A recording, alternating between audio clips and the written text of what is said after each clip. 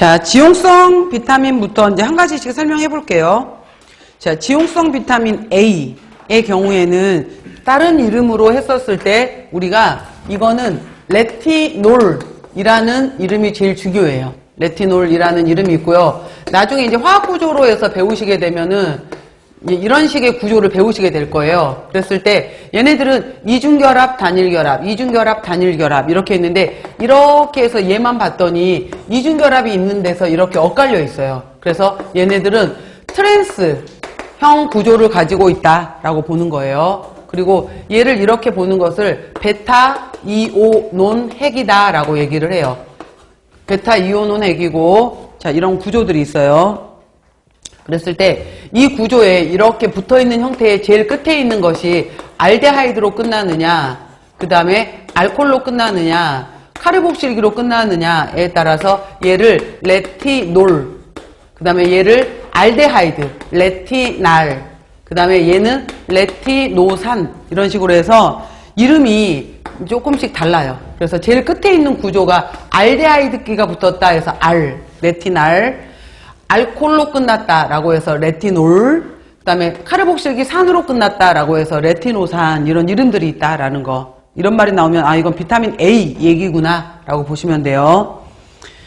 자, 그 다음에 비타민 A의 기본 분자는 이소프레노이드 화합물인 레티놀이다 라고 했는데 참고로 그냥 이소프레노이드가 뭐냐면은 이런 식의 어떻게 얘기해 줘야 되지?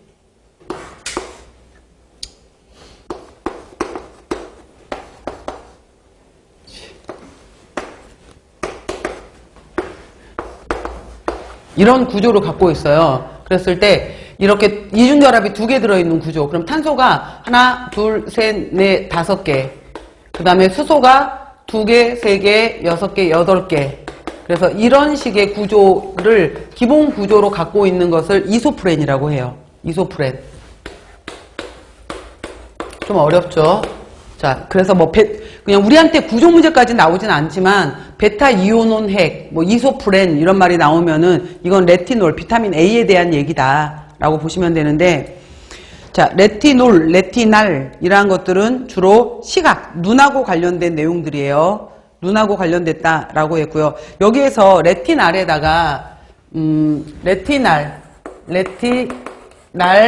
더하기 옵신 레티날 더하기 옵신이 만들어지게 되면 옵신이라는 단백질하고 결합을 하게 되면은 로놉신이라는 물질을 만들게 되면서 밤에 깜깜할 때도 어두운 곳에 들어갔었을 때도 빛을 바로 이제 그 인식을 할 수 있게끔 해주는 것이 바로 로놉신이란 물질이에요. 로놉신이란 물질인데 가끔 시험 문제 물어봐요.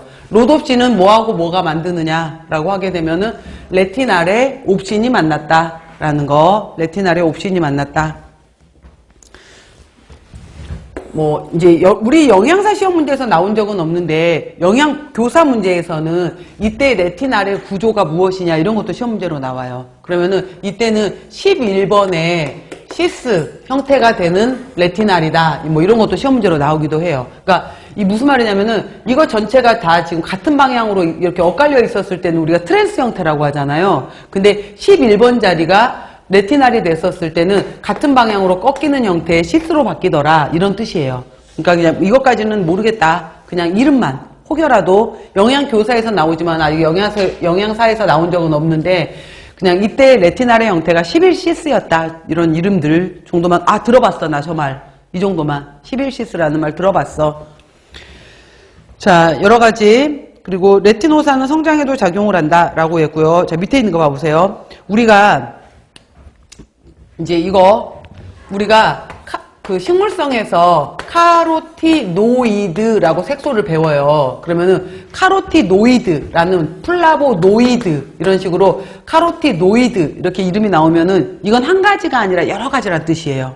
플라보노이드 그럼 여러 가지란 뜻인데 이 카로티노이드 계열 중에 카로틴 계열이 있고 잔토필 계열이 있어요. 그랬을 때 카로틴은 탄소수소로만 이루어져 있는 거고 잔토필 계열은 탄소수소 산소로 이루어져 있는 건데 이 카로틴의 종류 중에서 알파카로틴, 베타카로틴, 감마카로틴, 라이코펜 우리 토마토 들어있고 뭐 전립선 암에 좋아라고 했던 그 라이코펜이 있어요. 잔토필